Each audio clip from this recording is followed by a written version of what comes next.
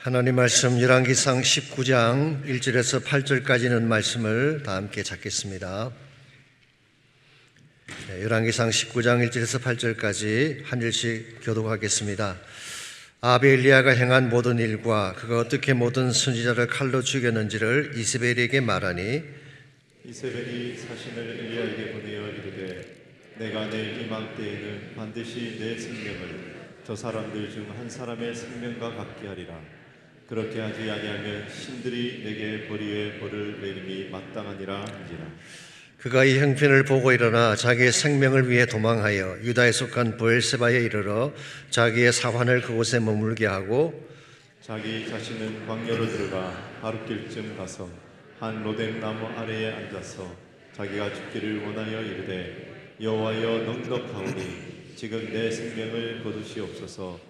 나는 내 조상들보다 낫지 못하니이다 하고 로뎀 나무 아래에 누워 자더니 천사가 그를 어루만지며 그에게 이르되 일어나서 먹으라 하는지라.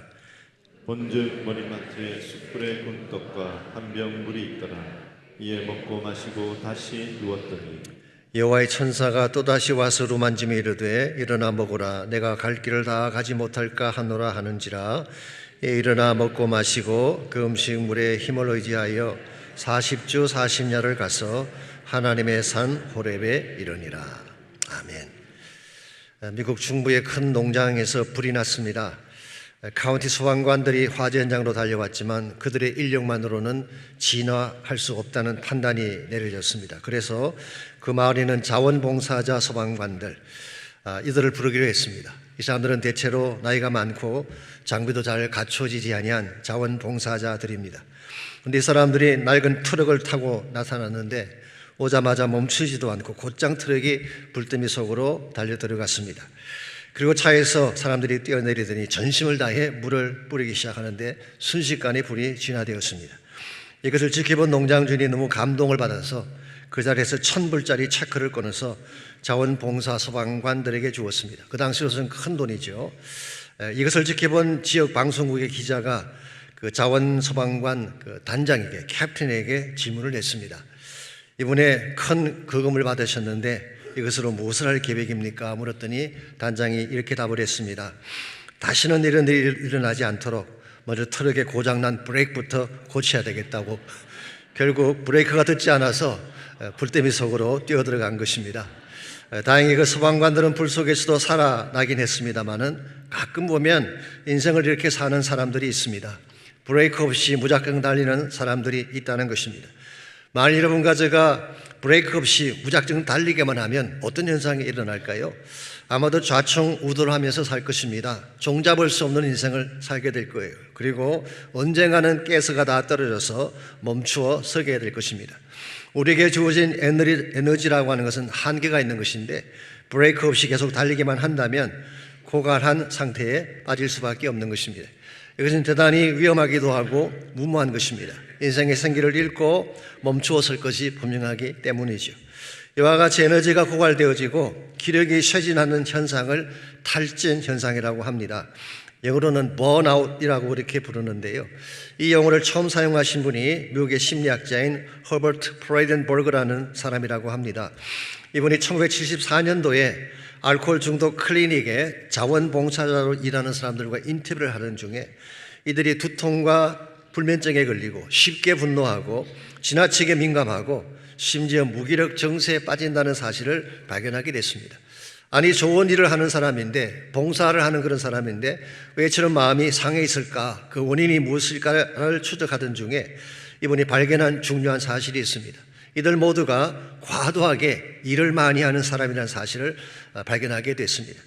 봉사를 한다고 하는 것은 섬기는 것을 말하지 않습니까? 자신의 것을 퍼주는 일을 하는 것입니다. 계속 퍼주기만 하다 보니까 자신도 모르는 사이에 에너지가 고갈되었는데 들어오는 것은 없이 계속 나가기만 하면 언젠가는 에너지가 고갈될 수밖에 없지 않겠습니까? 이와 같이 내 안에 에너지가 완전히 고갈되고 쇠진된 것을 번아웃 현상이다, 그렇게 부른 것입니다. 이와 같은 번아웃 현상은 우리 모두에게도 일어날 수가 있습니다. 받아야 될 에너지의 근원은 갖지 못한 채 계속 일만 하게 된다면 누구나 번아웃에 걸리는 것입니다. 실제로 몇 년 전에 한국갤럽에서 직장인 1,000명을 대상으로 설문조사를 했는데요. 그중에 862명이 탈진 증후군에 빠져 있다는 보고가 나왔습니다. 아침에 눈 뜨는 것이 두렵고 모든 것을 내려놓고 싶고 불안과 초조감에 사로잡힌다는 그런 보고, 10명 중에 8명 이상이 이와 같은 상황에 처한다는 것이죠. 심각한 사회 문제가 아닐 수가 없습니다. 그런데 더 우리가 좀 마음에 주목해야 될 사실은 이와 같은 번아웃 현상이 세상 사람들 속에서만 일어나는 것이 아니라 예수를 믿는 여러분과 저의 삶 속에서도 발견된다는 사실입니다. 특별히 교회를 열심히 하는 사람들 중에 사회 현장에서 과도하게 일을 하는 사람들 가운데에 이 번아웃에 빠질 위험이 많다는 것입니다. 목회사역이라고 하는 것이 항상 퍼주는 사역 아닙니까? 사랑도 퍼주어야 되고 말씀도 퍼주어야 되고, 정작 본인은 아프지만 힘들지만 아프다는 소리도 하지 못한 채 계속 누군가를 위해 퍼주는 일을 계속하다 보면 어느 순간에 탈진하여 쓰러지게 되는 것입니다. 이런 의미에서 사역자이건 목자이건 교회 일을 열심히 하는 사람이건 누구나 반드시 자기 영적 상태가 마르지 않았는지 점검을 해야 되는 것입니다. 그렇지 않고 무작정 달리기만 하면 언젠가 에너지가 고갈하게 되고 그때는 회복하기가 쉽지 않은 것입니다. 이런 면에서 우리가 건강한 삶을 살고 건강한 사역을 감당하려면 3가지 종류의 계기판이 필요합니다. 첫 번째가 육체적 계기판, 피지컬 게짓이라고 부릅니다. 육체적으로 에너지가 고갈되지 않았는지, 너무 피곤하든지 부서진 부분이 없는지 이걸 점검을 해야 됩니다. 몸은 돌보지 아니한 채 무작정 달리기만 하면 언제 육신이 무너질지 알 수가 없는 것입니다. 두 번째가 감정적 계기판입니다. 상한 마음이나 깨어진 감정이 없는지를 살펴야 하는 것입니다. 소리 없는 분노와 좌절감이 가슴을 채우고 있다면 이건 위험한 것입니다. 감정의 우물이 마르게 되면 언제 어떤 문제가 터져나올지 모르기 때문에 우리 감정을 살피는 감정적 계기판이 반드시 필요합니다. 세 번째로 영적 계기판이 필요합니다. 이 하나님과의 관계에 대한 문제입니다.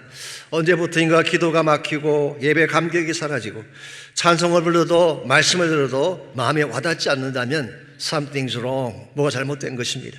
그냥 방치하게 되면 영적 파산으로 내려갈 확률이 많습니다. 내가 정말 구원받았는가 의심이 들기도 하고 신앙을 떠나고 싶다는 마음이 생기게 된다면 심각한 문제가 생긴 것입니다. 그러므로 우리가 운전을 할 때 운전석에 계기판을 늘 보는 것처럼 인생의 계기판을 잘 관찰을 해야 됩니다. 내 몸과 마음과 영적 삶의 에너지가 마르지 않았는지 점검을 해야지 균형 잡힌 삶을 살 수 있게 되고 건강한 인생을 살아갈 수가 있는 것입니다. 성경에도 보시면 탈진의 위험에 대한 말씀들이 여러 곳에서 발견됩니다. 예컨대 출애굽기 18장에 보면은 모세의 케이스가 나오는데요. 모세가 60만 대군을 이끌고 애굽을 나온 지 얼마 안 되었을 때, 그 당시에는 모세가 유일한 지도자였기 때문에 모든 문제를 혼자서 다 담당을 했습니다. 백성들이 재판을 받기를 원하면 모세에게 찾아와서 재판을 요청하는 것입니다. 그래서 아침부터 저녁까지 하루 종일 모세가 혼자서 이 일을 했어요. 이건 무모하기 짝이 없는 일이죠. 백성의 숫자가 얼마나 많은데 이걸 모세 혼자서 감당할 수가 있겠습니까?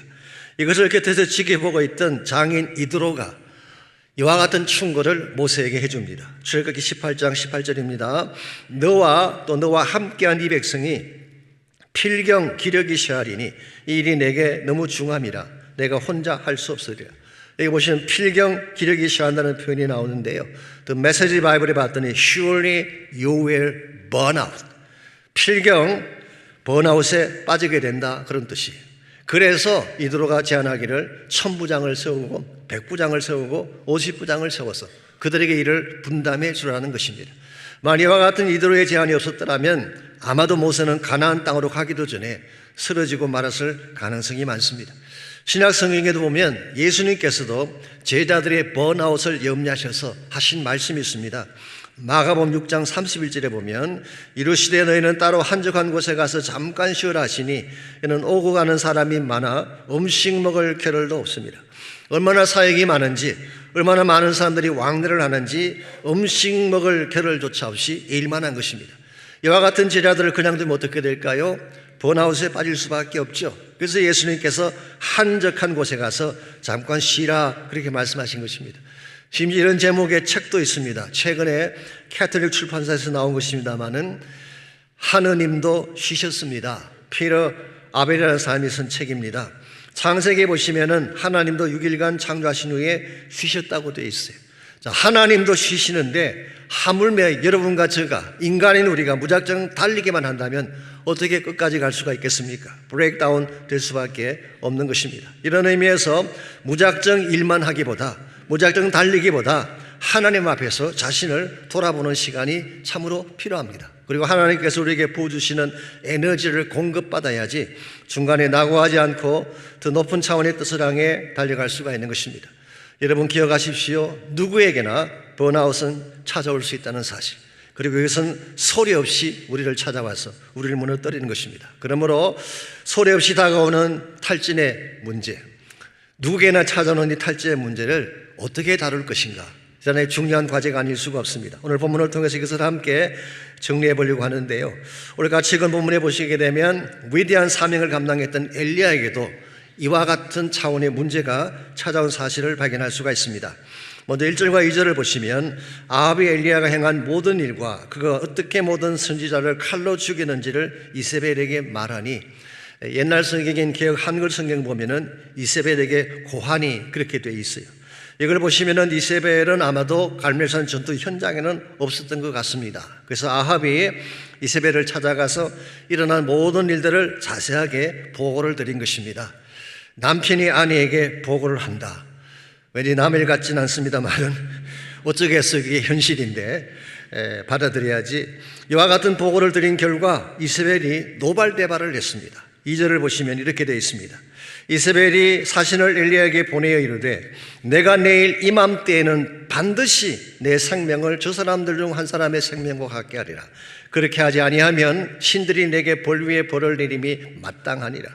엘리야에게 사신을 보내서 아마도 편지 한 통을 써서 보낸 것 같습니다. 그 메시지 내용이 뭡니까? 내일 이맘때 반드시 너를 죽이겠다는 거예요. 이 표독한 여자가 보내온 메시지, 분명히 무섭고 소름이 끼치는 것은 사실일 것입니다. 아시지만 여자의 분노는 온유월에도 소리가 내린다고 하지 않습니까? 엄청나게 무서운 메시지가 찾아온 것입니다. 그러나 여러분, 엘리야가 어떤 사람입니까? 지난 수년 동안 아합의 폭정에도 불구하고 무수하지 않던 사람이었습니다. 갈멜산 전투에서 850명을 상대로 싸웠지만 전혀 흔들리지 않았던 사람이었어요. 무엇보다도 비가 오지 않던 그 땅에 비를 쏟아지게 한 영웅 같은 기적의 사람이 아니었습니까? 그랬는데 이와 같은 엘리야가 3절과 4절을 보시면 이 편지를 받고 어떤 반응을 보였는지가 나와 있어요. 한마디로 요약하면 야반 도주를 한 것입니다. 남쪽 왕국 지경인 보엘사바로 도망을 갔습니다. 그리고 홀로 광야에 들어가서 로뎀나무 아래 앉아서 이렇게 하나님께 간청했습니다.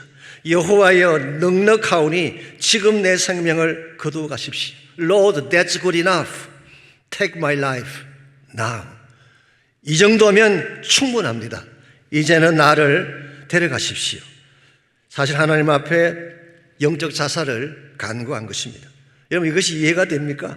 아니, 어제까지 그렇게 담대했던 엘리야가, 그렇게 용기가 100배에 충전했던 엘리야가 어떻게 하루 만에 이처럼 붕괴되는 것이 가능할까요? 저도 솔직히 처음 이 말씀을 읽을 때 잘 이해가 안 갔습니다. 18장까지 영웅적 사역을 펼치던 엘리야가 19장으로 넘어오면서 갑자기 비겁한 도망자로 변했다는 사실. 이게 과연 현실일까요? 이게 현실을 얼마나 참담한 사실입니까? 그런데요, 우리가 읽지 않았지만 5절 말씀부터 18절까지 읽어보게 되면 왜 엘리야가 이렇게 되는지에 대한 이유를 추측해 볼 수가 있습니다. 한마디로 정리하면 탈진한 것입니다. 기력이 쇠하고 에너지가 고갈되었기 때문에 작은 편지 한 통에도 무너지게 된 사실을 발견할 수가 있습니다. 자, 그렇다면 왜 엘리야가 이와 같은 번아웃 상태에 빠지게 된 것일까요? 한 두 가지 이유를 추측해 볼 수가 있습니다. 첫 번째 이유는 이것입니다. 다 끝난 줄 알았는데 아직 끝나지 않은 상황 때문입니다. 아마도 엘리야는 갈멜산에서 850명을 상대로 전쟁을 하고 바알의 선지자 450명을 처치하면 모든 상황이 종료될 줄 알았습니다. 두나 갈멜산 꼭대기 기도를 통해 닫힌 하늘을 열고 비를 쏟아지게 하지 않습니까? 그러면 이제 모든 것이 다 끝났다고 생각을 했는데, 그래서 그는 극의 혼신의 힘을 다 쏟아 부었는데 이세벨의 편지가 날라온 것입니다. 끝난 줄 알았는데 아직 끝나지 않았다는 것이죠. 이것이 그를 탈진하여 무너지게 한 것입니다. 오래전에 한국에 3군 사관학교라고 있었죠. 그 생도들이 완전 군장을 하고 10km 구보를 했는데요. 이 완전 구장을 한 채 10km를 뛴다는 거 쉽지 않습니다. 그럼에도 불구하고 한 명도 낙오하지 않고 모두 연병장 입구까지 왔습니다. 거기가 최종 목적지라고 생각을 하고 군장을 풀려고 하는데 지휘관이 말합니다. 여기가 아니고 연병장 안에 있는 깃대 앞까지다, 그렇게 이야기했어요. 연병장 입구에서 깃대 앞까지 불과 500m밖에 되지 않는다고 합니다. 그런데요, 10km를 달려왔던 그 군인들이 500m를 앞을 놓고 3분의 2가 낙오했다고 합니다. 10km를 달려온 그 사람이 어떻게 500m를 못 달려갔을까요? 다 끝난 줄 알았는데 끝나지 않았기 때문에 그런 거예요. 우리 인생에도 이와 같은 현상이 일어날 때가 있습니다. 여기까지만 버티면 될 줄 알고 이것만 해결하면 다 문제가 풀릴 줄 알았는데 또 다른 난관이 기다리고 있을 때 우린 작은 일에도 쓰러지게 되는 거예요. 아마도 엘리야를 무너뜨리게 한 첫 번째 요인은 끝난 줄 알았는데 끝나지 않은 상황. 두 번째 이유는 엘리야가 그동안 일에만 집중을 해왔기 때문입니다. 엘리야는 그동안 전심을 다해 하나님의 사역을 감당하며 달려왔습니다. 사르밧 과부 집에 가서 그들 가정에 모든 필요한 것들을 공급해주고 죽은 아이를 살려주기도 하고 그리고 수많은 그 적군들의 공격에도 불구하고 투쟁하며 싸우며 지금까지 달려왔어요. 그래서 외형상 보게 되면 분명히 승리를 거둔 것 같습니다. 기근도 종식하게 되고 마른 땅의 단비도 쏟아지겠으니까 외형상 보게 되면 많은 업적을 세운 것 같고 승리를 거둔 것 같은데 실상 자신의 심령이 말라졌다는 사실을 깨닫지 못한 거예요. 그동안 일에만 집중하느라고 일만 하느라고 그동안 계속해서 퍼부어 주는 사역만 감당하느라고 자신의 심령을 돌아볼 기회가 없었고 자신의 심령이 말라진 것을 발견하지 못한 것입니다. 여러분, 그것은 대단히 위험한 것입니다. 아무리 강한 자라고 할지라도 아무리 능력을 많이 가진 자라고 할지라도 받는 것이 없이 퍼주기만 하게 되면 누구나 탈진하여 쓰러질 수 있는 것입니다. 우리가 탈진 현상에 빠지면 어떤 증상들이 나타날까요? 우리가 3절과 4절을 보시면은 이 엘리야가 경험했던 탈진했을 때 일어났던 증상 몇 가지가 소개되어 있습니다. 첫 번째가 3절을 보면은 그가 이 형편을 보고 그랬죠. 이 상황을 보기 시작합니다. 하나님을 보는 것이 아니라 주어진 상황에 민감해지는 것입니다. 두 번째로 도망쳤다고 했습니다. 현실 도피를 말하는 것입니다. 현실을 도피한다고 해서 문제가 해결되는 것은 아님에도 불구하고 탈진에 빠지게 되면 도망을 치려고 하는 경향이 있어요. 세 번째로 홀로 광야에 들어갔다고 했죠. 혼자 있고 싶어 합니다. 사람 만나는 것이 두려워지게 되는 것입니다. 이것이 탈진에 빠진 세 번째 증거예요. 네 번째로 그는 비교하기 시작합니다. 나는 내 열조보다 못합니다. 이게 무슨 이야기입니까? 열등감에 빠진 것입니다. 평소에는 자신만만했지만 탈진에 빠지게 되면 자꾸 비교하게 되고 열등감 속에 빠지게 되는 거예요. 그리고 마지막으로 그는 죽기를 간구했습니다. 이것은 디프레션이라고 할지라도 아주 심각한 디프레션에 빠져서 영적인 자살을 시도한 것입니다.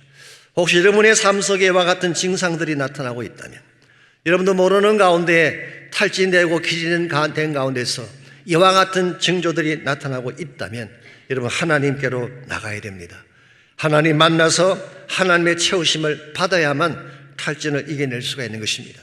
아시겠지만 우리 인간은 스스로 에너지를 창조할 능력이 없습니다. 바깥에서 주어지지 아니하면 우리 안에서 에너지를 만들어낼 수가 없어요. 그래서 식사를 안 하시면 어떻게 되나요? 밥을 계속 안 먹으면 돌아가시는 거예요. 우리 안에 스스로 에너지를 만들 능력이 없기 때문이에요. 우리 인생이 고갈되었습니다. 많은 것이 비워졌어요. 나의 힘만으로 이것을 채울 수 있을까요? 불가능합니다.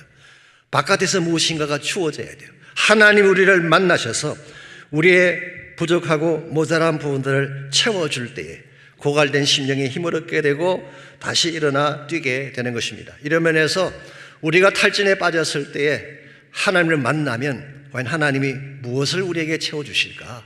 오늘 엘리야의 계시를 통해서 번아웃에 빠졌을 때에 그것을 벗어나는 데 꼭 필요한 세 가지 종류의 체험에 대해서 함께 정리해 보려고 합니다. 첫 번째로 고갈된 인생의 탈진을 벗어나려면 육신적 체험이 필요합니다.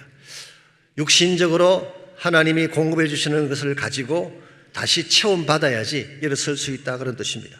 오늘 본문을 보시면요, 하나님께서는 기진맥진에 쓰러진 엘리야에게 첫 번째 하신 일이 피지컬한 니드를 채워주는 일을 제일 먼저 하셨어요. 5절에서 7절까지 보면 그 내용이 나와 있는데요, 먼저 5절입니다. 로뎀나무 아래에 누워 자더니, 여기 누워 잔다는 이 표현은 사실은 기진맥진한 채 쓰러진 탈전한 엘리야의 모습을 묘사한 것입니다. 천사가 어루만지며 그에게 이르되 일어나서 먹으라 하는지라. 기진하고 맥진한 가운데 무너진 이 엘리야를 천사가 와서 만지는 장면, 이게 디바인 타치예요. 하나님의 만지심, 이것은 엄청난 위로와 힘이 아닐 수가 없죠. 그리고 말씀하시기를 일어나 먹으라고 하셨어요. 6절에 보니까 머리맡에 숯불에 구운 떡과 한 병에 물이 준비되어 있다고 했습니다. 그냥 떡이 아니라 숯불에 구운 떡, 말랑말랑하게 살짝 구워진 가래떡. 여러분 침이 돌지 않습니까?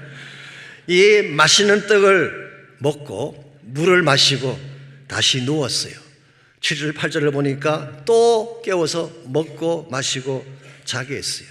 먹고 마시고 자고, 먹고 마시고 자고. 제가 제일 좋아하는 삶의 패턴입니다만, 하나님은 우리 육신이 지쳤을 때에, 탈진했을 때에 이와 같은 방법으로 우리를 만져주시고 채워주신다는 거예요.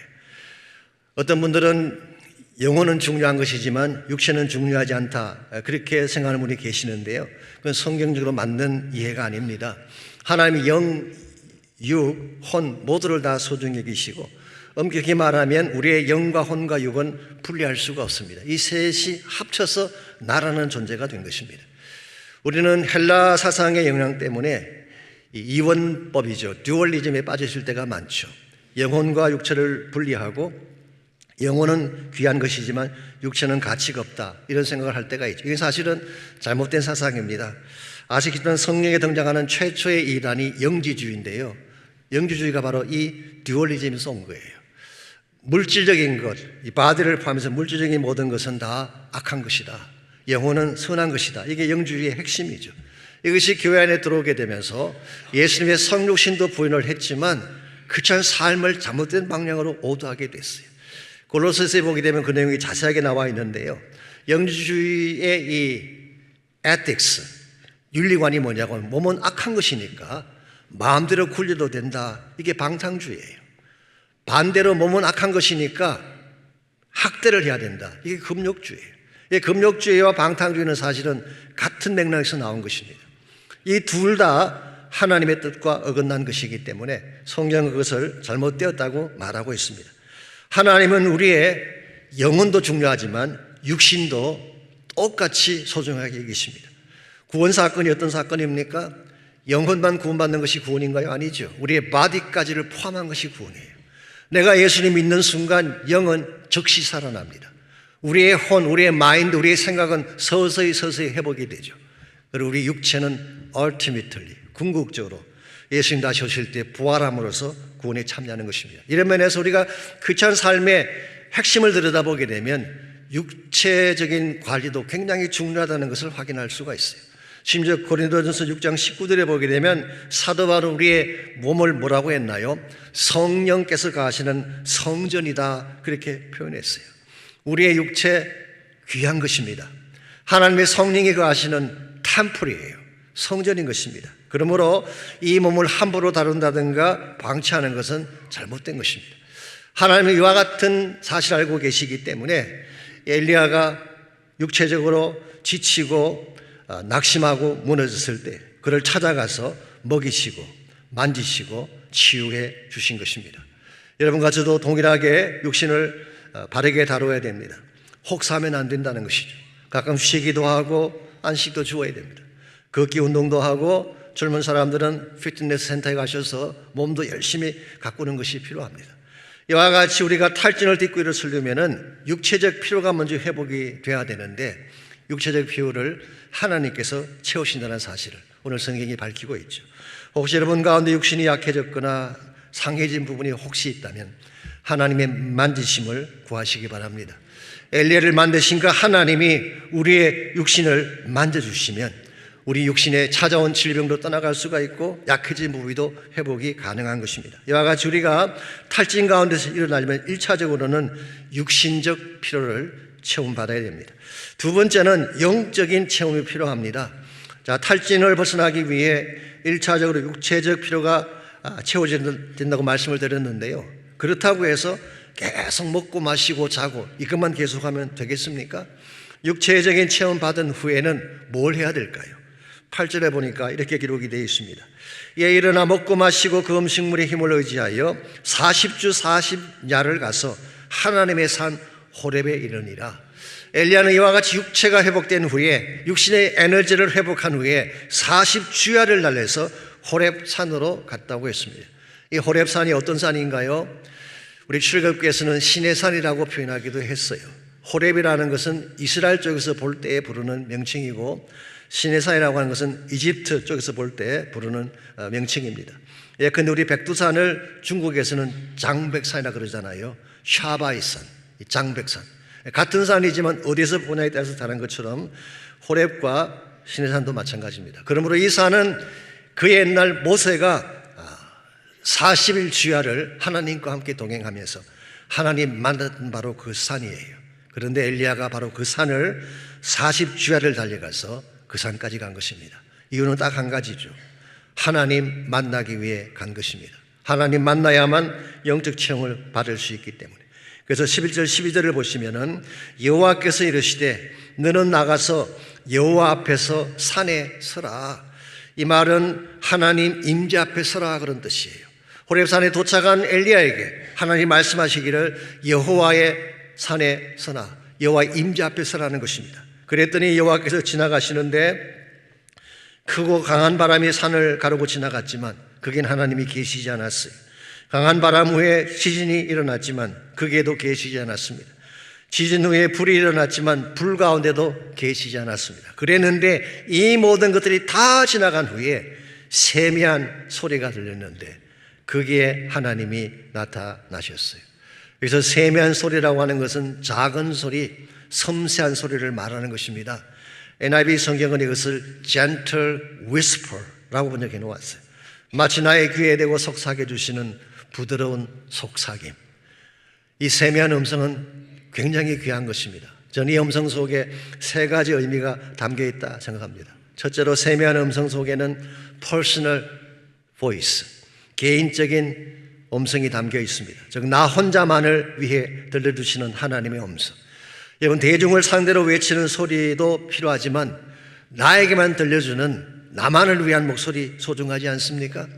하나님은 여러분에게 다가오셔서 여러분 한 분에게, 성 어거스틴의 말을 빌리자면 마치 온 우주에 여러분 하나밖에 없는 것처럼 생각하시고 여러분에게만 들려주시는 음성이 있어요. 이게 세미한 음성, personal voice입니다. 두 번째로 이것은 profound voice, 깊은 음성이라고 부를 수가 있습니다. 이 음성 속에 담겨진 메시지는 깊은 거예요. 하나님의 가슴을 담고 있는 깊은 소리, 그게 바로 세미한 음성 속에 들어있었습니다. 무엇보다도 세 번째로 이 음성은 loving voice, 하나님의 사랑의 음성이었습니다. 큰 소리로 외치지는 않았지만, 바람같이 지진같이 요동치는 소리는 아니었지만 나를 사랑하신다는 하나님의 음성이 세미한 음성 속에 담겨져 있었어요. 마치 스바냐 3장 17절의 말씀처럼 너로 인하여 기쁨을 이기지 못하며 너를 잠잠히 사랑하신다는 그 말씀처럼 조용하지만 고요하지만 나를 사랑하신다는 주님의 음성. 여러분, 이 음성이면 충분하지 않나요? 사실 엘리야는 나만 홀로 남았다고 좌절하고 절망하고 탈진에 쓰러졌지만 하나님은 세미한 음성을 통해 엘리야에게 말씀해 주십니다. 사람들이 너를 떠나가느냐? That's okay. 이세벨이 너를 미워하고 너를 핍박하려고 하느냐? Don't worry. 내가 지금 너의 곁에 있다. 내가 너를 사랑한다. 나는 온 세상에서 너 하나면 족하다. 이 하나님의 음성을 들을 때에 우린 모든 탈진을 딛고 일어날 수가 있는 거예요. 저는 여러분 한 분 한 분이 오늘 아침 이 주님의 세미한 음성을 들으시기를 축원합니다.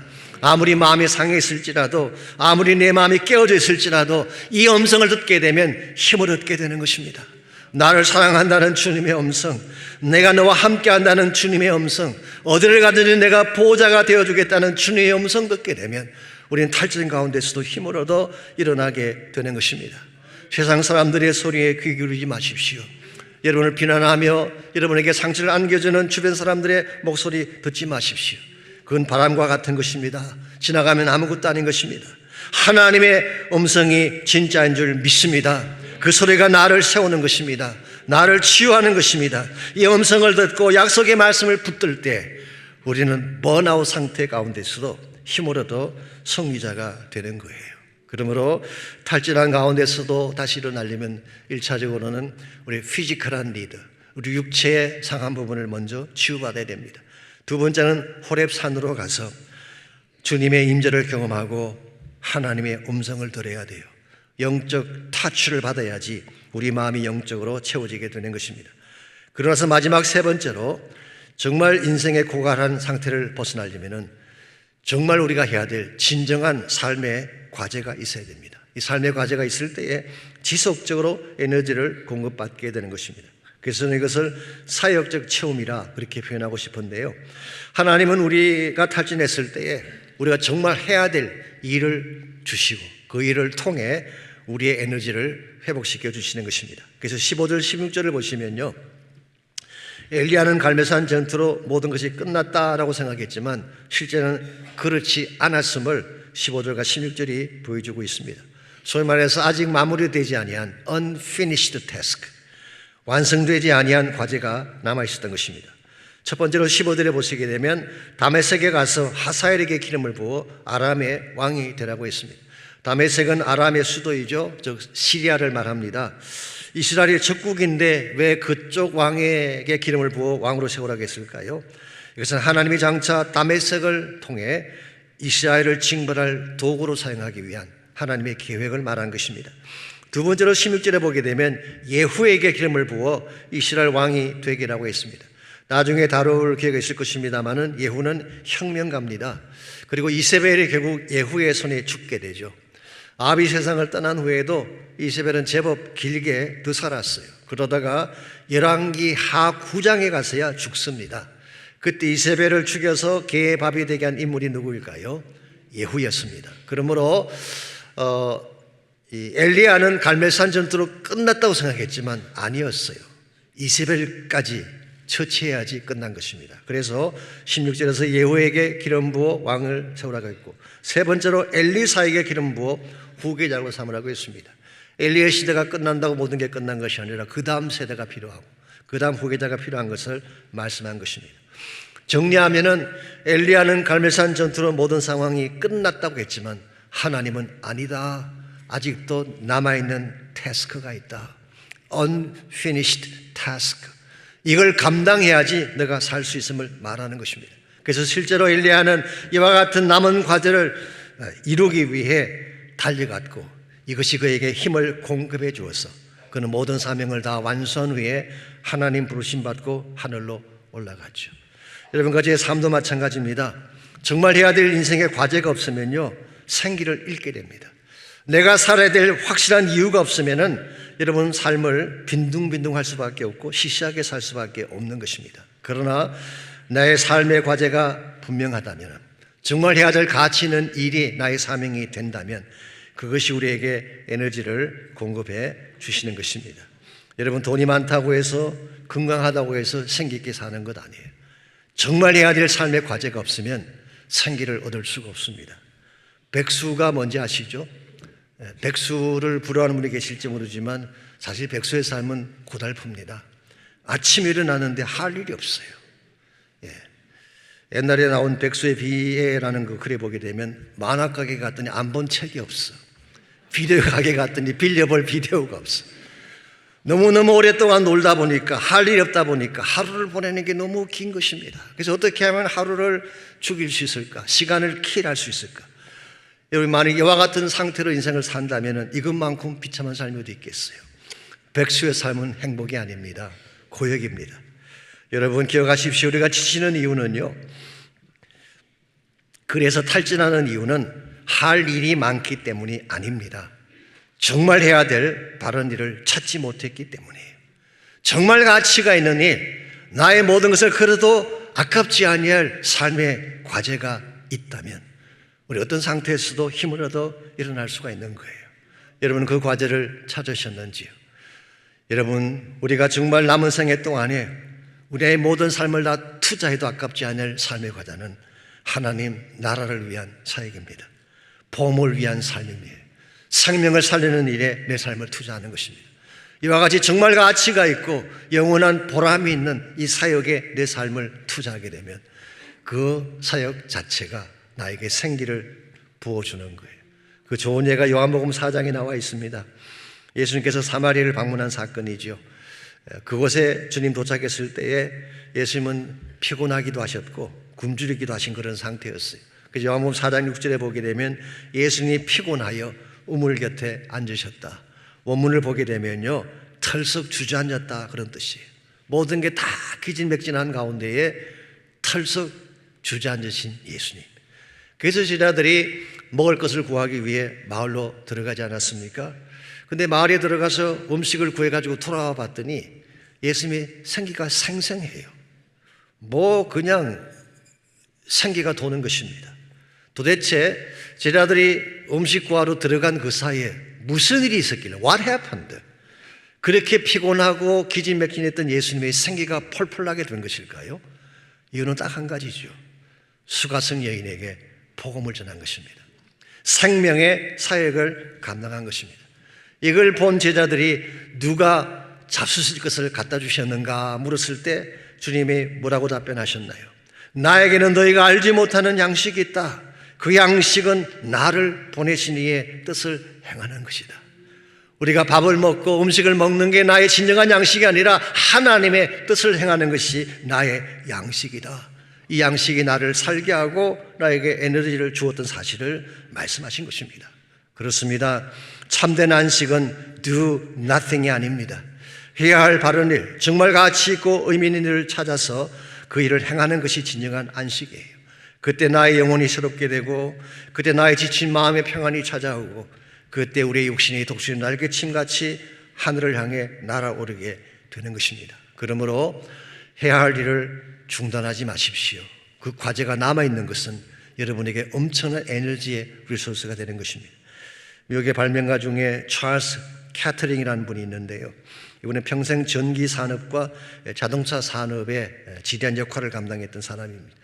1920년부터 1947년까지 27년 동안 GM, 제너럴 모터스라는 그 자동차 회사에서 수석 연구가로 활동을 하고 은퇴를 했습니다.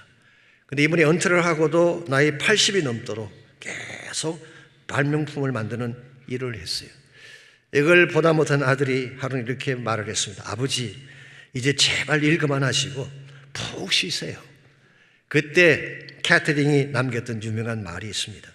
할 일을 멈추는 순간 흉하게 늙기 시작하는 거야. 나는 늙은이로 인생의 날수만 채우다 가고 싶지 않아. 인생의 날수만 채우다 가고 싶지 않아. 얼마나 귀한 자세입니까?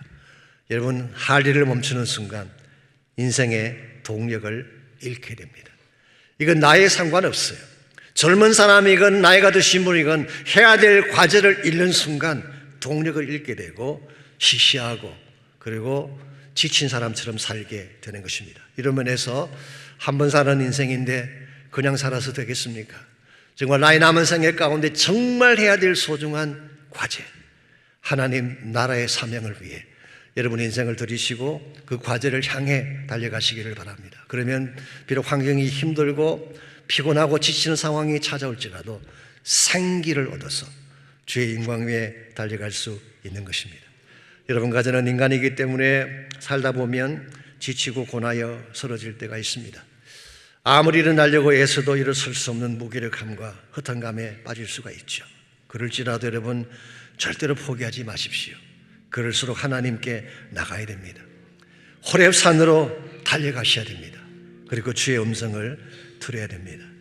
나에게만 속삭여 주시는 sweet and gentle whisper, 내가 너를 사랑한다는 주의 음성, 이 세상에 너밖에 없다는 주님의 음성, 내가 너를 도와주려는 주님의 음성을 듣고 하나님 만지심을 받고 다시 일어나야지 탈진했을지라도 지쳐있을지라도 다시 일어날 수 있는 것입니다. 혹시 여러분 가운데 탈진한 가운데 힘든 가운데 계신 분이 있나요? 일어서야 된다는 것은 알지만 일어설 기력조차 없었어.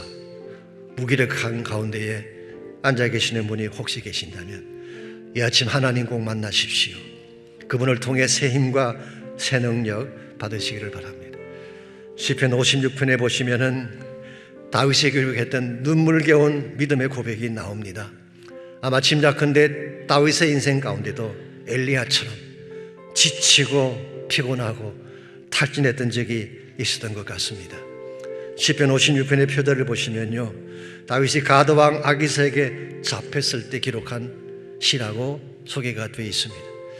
아시지만 다윗은 일평생 사울에게 쫓겨다녔죠. 수십 년 동안 유다 광야로 쫓겨다니고 굴속에 피하기도 하고 여러 가지 곳을 다 유리방황하며 다녔지만 피할 곳이 없었어.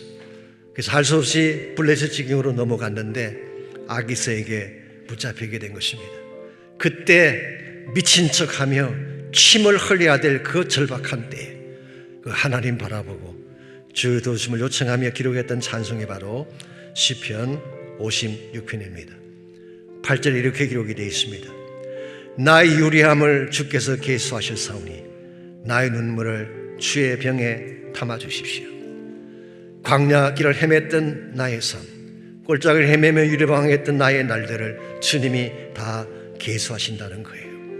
그러니 이제 나의 눈물을 병에 담아 달라고 호소를 했습니다. 그때 하나님이 오케이, 너의 눈물 나의 병에 담아주마, 그리고 나도 함께 울어주마 말씀하시는 이 음성을 듣고 다윗이 고백한 찬양이 Lord, you count my broken heart. Fill your cup with my tears. 당신의 잔에 나의 눈물을 담아주십시오. 오늘 아침 이 동일한 고백이 여러분에게 있기를 바랍니다. 혹시 여러분 지치고 피곤하고 낙심하실지라도 나의 모든 아픈 날들을 계수하시고 나에게 새 힘과 새 능력을 주신 그 주님 앞에 믿음으로 찬양함으로 나가는 시간이 있기를 바랍니다. 이 시간 함께 이 찬양 함께 부르고 우리 헌신하고 기도하는 시간 갖겠습니다.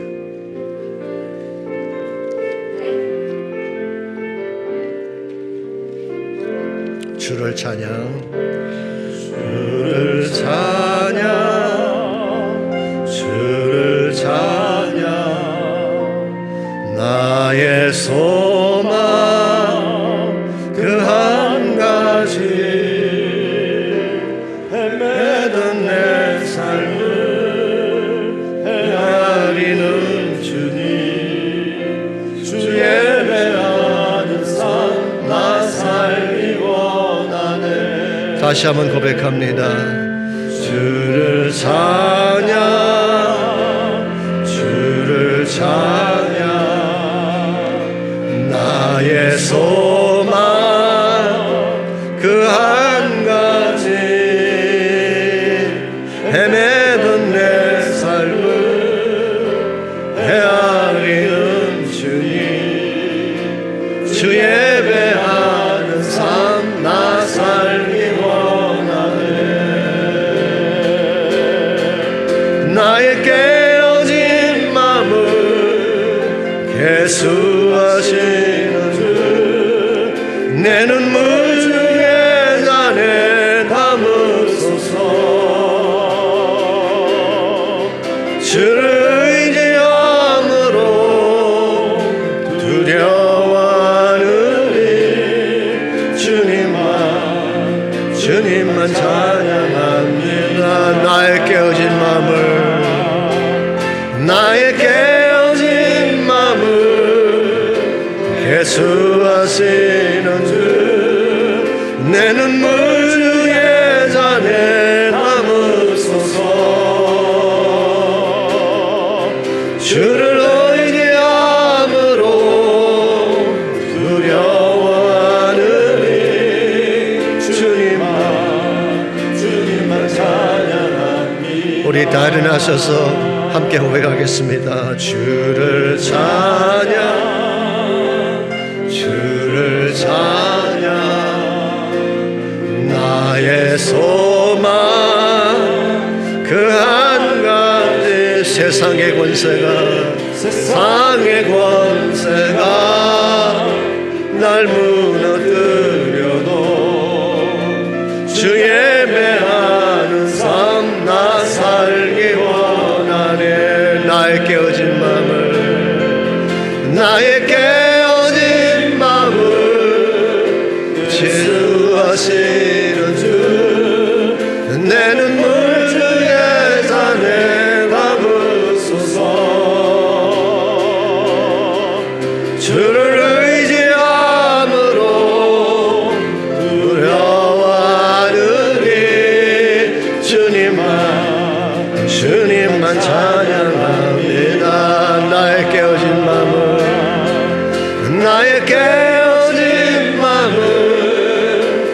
수하시는 주, 내 눈물 중에 잔해 담으소서. 주를 의지함으로 두려워하느니 주님만 찬양하. 다시 한번 선포합니다. 나의 깨어진 마음을 개수하시는 주, 내 눈물 중에 잔해 담으소서. 주를 의지함으로 두려워하느니 주님만 찬양합니다. 주님만 찬양합니다. 다시 한번 고백합니다. 주님만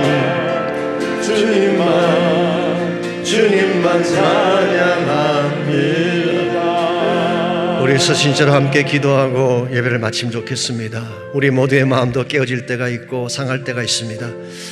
일어나야 한다는 사실을 알면서도 일어날 힘조차 없는 무기력하고 탈진하고 번아웃된 우리의 삶이 찾아올 때가 있습니다. 이때 우리에게 필요한 것이 하나님입니다. 호렙산으로 가시기 바랍니다. 나의 모든 눈물을 계수하시고 유리방황했던 아픔의 날들을 다 계수하시고 내 눈물을 주의 병에 담으시고 나와 함께 우시며 나에게 위로와 치유를 허락하실 그 하나님 앞에 전심을 다해 기도하며 나가시기 바랍니다. 하나님, 지쳤습니다. I'm tired. I'm so hurt. 너무 마음이 아픕니다. I'm worn out. 모든 것이 다 탈진하고 기진되었습니다. 이 시간 나의 빈 마음 가운데 주님 임재하여 주시고 성령으로 기름 부어 주옵소서.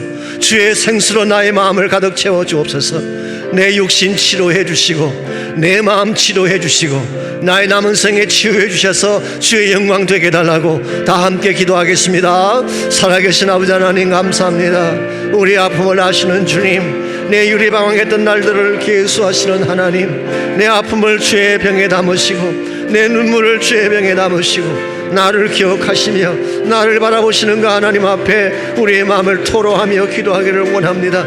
사랑하는 주 백성들 가운데 지친 자가 있다면, 낙심한 자가 있다면, 무기감에 빠져 어찌할 줄을 몰라하는 자가 있다면 이 시간 성령님 임재하여 주십시오. 그들의 마음을 타취해 주십시오.